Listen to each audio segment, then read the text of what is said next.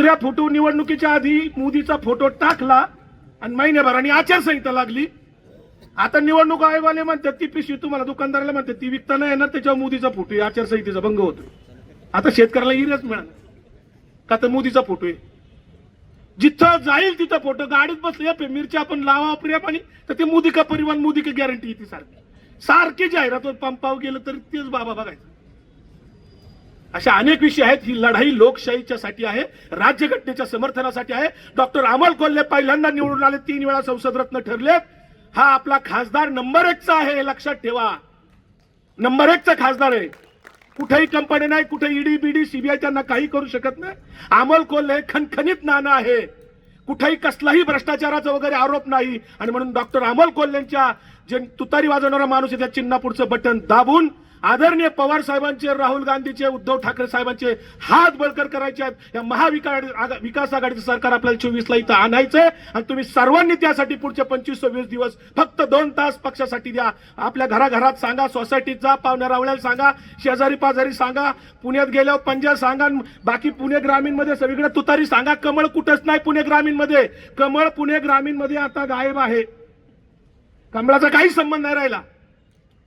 आणि म्हणून तुतारी वाजवणाऱ्या माणसाच्या पुढचं चिन्ह घरोघर पोचून आपण सर्वांनी पुढचे 25-26 दिवस 2 तास फक्त रोजचे डेली द्या, थोडेसे कष्ट घ्या आणि अमोल कोल्हे साहेबांनी इकडनं प्रचंड बहुमताने आपण विजयी करूया. अगदी सगळे सुरेश अण्णा गुल यांना काय केलं, इकडं जिल्हा बँकेवर घेतलं कॉप करून.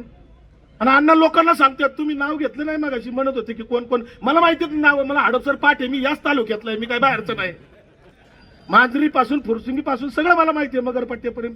तुमच्या सगळ्यांच्या वडिलांच्या वरून मी काम केलेलं कार्यकर्ता आहे. मी साहेबांचाच आहे आणि माझ्या हृदयात साहेब आहेत आणि आम्ही साहेबांचीच माणसं आहेत. तुमचं आमचे डोक्यात गोंधळ करतात बरं काही.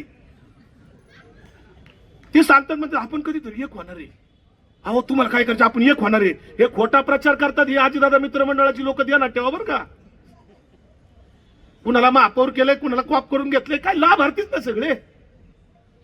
आढळराव पाटील अमोल कोल्ह्यांच्यावर टीका करताना काय सांगतात सध्या, म्हणले तुम्हाला खासदारच येत नाही, तुमच्याकडं खासदारच येत नाही. जसं काय हे रोज लोकांच्या घरी जात होते. काय आढळराव गप्पा मारतात. उद्धव ठाकरेंशी गद्दारी केली, 4 महिने नाही झालं तर एकनाथ शिंदेची गद्दारी केली. गद्दारीचा महामेरू म्हणून एक व्हिडिओ फिरतोय बघा 2-3 मिनिटाचा. तुमच्याकडे फिरला का हडपसरला? बाबर साहेब तुम्ही फिरवला असेल इकडं. गद्दारीचे महामेरू. बरं कोणाशी गद्दारी केली?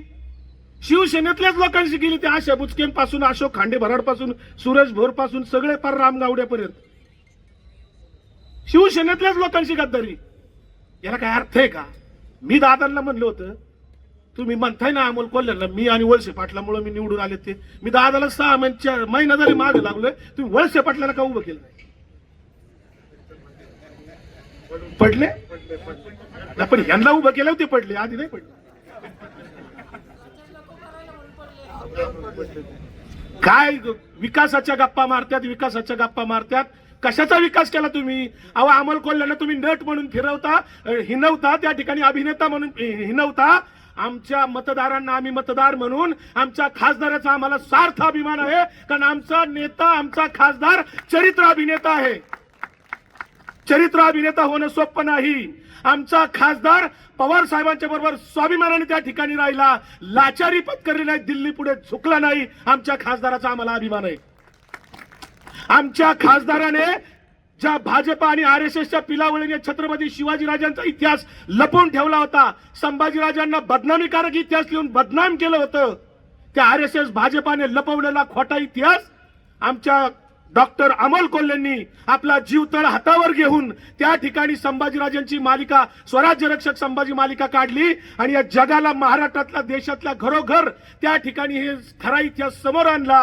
आणि स्वराज्य रक्षक संभाजीराजे मालिका निघाल्यामुळे तुम्हाला मला अनाजी पंत आणि त्याची कुटकारस्थानं कळली.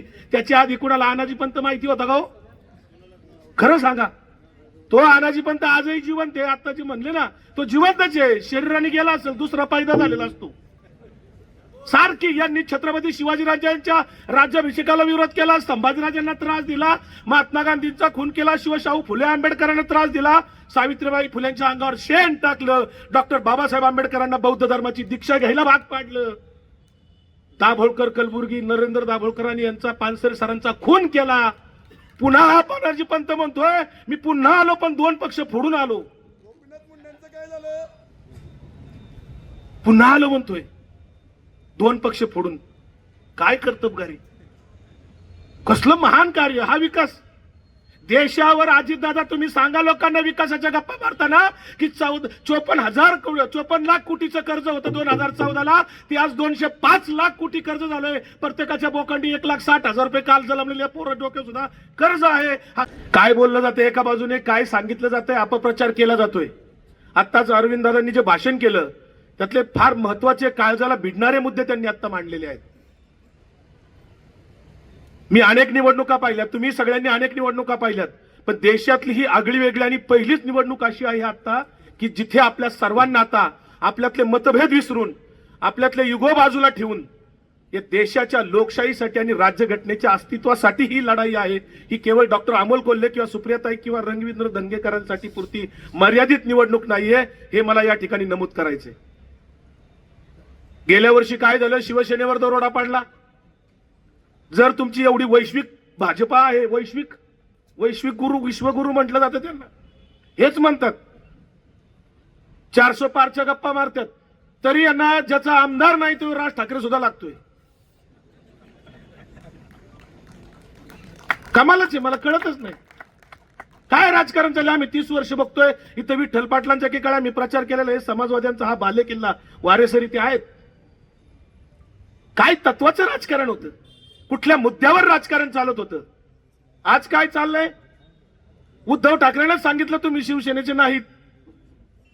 काय तो नार्वेकर कायदेतज्ञ भेटलाय महाराष्ट्राला आपल्या, फार त्या खुर्चीची इज्जत घालवली. तिथं बाळासाहेब भारती सारखी फार मोठी मोठी विस पागे सारखी माणसं बसली होती, इज्जत घालवली.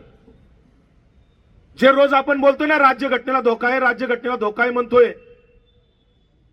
अजितदादा मित्रमंडळाचे राष्ट्रीय अध्यक्ष सध्या म्हणतात की चंद्र सूर्य असेपर्यंत राज्यघटनेला काही धोका नाही. राज्यघटना तशीच राहील. राज्यघटनेला जखमा केल्या जातील रोज, जखमा. कधी कानच कापला जाईल, कधी हातच कापला जाईल, कधी पायच कापला जाईल, आणि तसं चाललंय. चिंधाड्या केल्यात पार. परत म्हणायचं राज्यघटना आहे ना इथे. 370चं कलम सांगितलं, अजून जम्मू काश्मीरमध्ये निवडणुका नाहीत. तिथं सुद्धा काय केलं, विधानसभेचा ठराव पाहिजे असतो, तो ठराव आल्यानंतर लोकसभेने करायचा. यांनी काय केलं, विधानसभा बरखास्त केली. आपला कोश्यारी सारखा धोत्र्या तिथं बसवला राज्यपाल, त्याच्याकडून प्रस्ताव मागवला आणि केलं सँक्शन. आणि आपली इथली काही सोशल मीडियात सांगत होती, अहो तिथे पाकिस्तानमध्ये जमीन घेता येत नव्हती. हडपसर मधल्या किती जणांनी गुंठे घेतले तिथे जम्मू काश्मीरला? कोण गेलं? एखादा भाजपचा प्रचार आला की त्याला पहिलं विचारा, जम्मू काश्मीरमध्ये किती गुंठे घेतले? इतक्या फेकाफेकी यांचा बाजार चाललाय. काय 2014ला यांनी आश्वासनं दिली होती, 2 कोटी रोजगार देऊ, महागाई, हे सगळं तुम्हाला तोंडपाठ झाले. पुलवामाची घटना घडवली, अजून पत्ता नाही कुणी घडवलं ते. हिटलरचं यांच्यात काहीच फरक नाही. पुतीनने आता काय केलं, तिकडे विरोधी पक्षच संपवले. कोणाला काय जेलमध्ये टाकलं, कोणाला ऍक्सिडेंट करून मारलं, विरोधकच नाही ठेवला, एकटाच पठ्ठ्या उभा राहिलाय. 86% मतं एकट्यालाच पडली. इथले आपल्या पठ्ठ्यालाही तसंच वाटतं, इथं कुणीच नसावं, मी एकटाच पाहिजे. ही एकटी जगणारी माणसं ना फार घातक असतात बरं का देशाला. पण हे मी नाही म्हणत, सुप्रीम कोर्ट आज निर्मला सीतारामन त्यांच्या अर्थमंत्री त्यांचे पती देव धर्मपती बोललेत की या देशात जर आता मोदी परत आले तर लोकशाहीच राहणार नाही, राज्यघटना राहणार नाही. हे मी नाही बोललो, अर्थमंत्री निर्मला सीतारामन यांचे पती देव बोललेत. नोटाबंदी बद्दल सुद्धा बोलत, इलेक्ट्रॉल बॉन्डचं बोललेत. आणि आमचे आजीदादा म्हणले मी विकासासाठी तिकडे गेलोय. कशाचा विकास केला काही कळलंच नाही. आजीदादांना माझं जाहीर चॅलेंज आहे, तुम्हाला जर विकासाचीच कामं यादीच वाचायची असेल तर ती जुलै 23च्या नंतरची वाचा, जुलै 23च्या आधीची वाचू नका. ती आयत्या पिठावर तुम्ही रेगावडीत होता. तशी पद जर आमच्या इथल्या बसलेल्या मान्यवराला जर पालकमंत्री केलं असतं तर त्यांनी केलं असतं ना, आयुष्यभर पालकमंत्री. आता तिकडे गेलं आणि पालकमंत्रीच करीना कुणी. 2 दिवस रुसले आणि दिल्लीला जाऊन आले आणि मग पालकमंत्री झाले. 30 वर्षात दादा 30 वेळा सुद्धा दिल्लीला गेले नाही. रोहित दादा तुम्हाला माहिती असेल, गेलंच नाही दिल्लीला. मला तर कधी आठवतच नाही ती दिल्लीला. पण आता एवढ्या 6 महिन्यात 150 वेळा दिल्लीला चाललेत. गपचूपाई जाऊन येतात ते कळत नाही कोणाला. किती लाचार हो दादा. इकडे आढळराव पाटील म्हणले होते माझ्या विरुद्ध अजितदादांनी उभं राहू तरी मीच विजयी होणार, अजितदादांना चॅलेंज केलेल्या माणसाचा प्रचार करायची अजितदादा वेळ आली. 99चा फॉर्म्युला सांगितला म्हणे 9 आम्हाला खासदार मिळतील, 90 आमदार मिळतील. आपल्यातल्या काय निभा शिंग बांधली. तुमच्या चेतन पाटला तिकीट मिळेल का नाही गॅरंटी नाही बरं का. खरं सांगतो, दिसतंय आता. बघा ना तुम्ही, आता एकनाथ शिंदेचे निम्मे खासदार घरी बसवले. आमचं नाही बाबा, आमचं नाही. आम्ही इथले. आणि मी इथलं जे काय चाललंय, यांनी जे 90चा फॉर्म्युला 90 तिकीट अजितदादाला मिळतील कशी विधानसभेला. 90 मधली 4 मिळाल्यात, त्याच्यात कसं बस एक प्रांताध्यक्षाला बळबळ उभा केला तिकडं, इकडं बायकोला उभी केली, तिकडं आढळरावांना आयात केलं, आणि तिकडं मेवण्याची बायको उभी केली धाराशिवला. उमेदवार सुद्धा नाही तर निवडून कसं कोणी.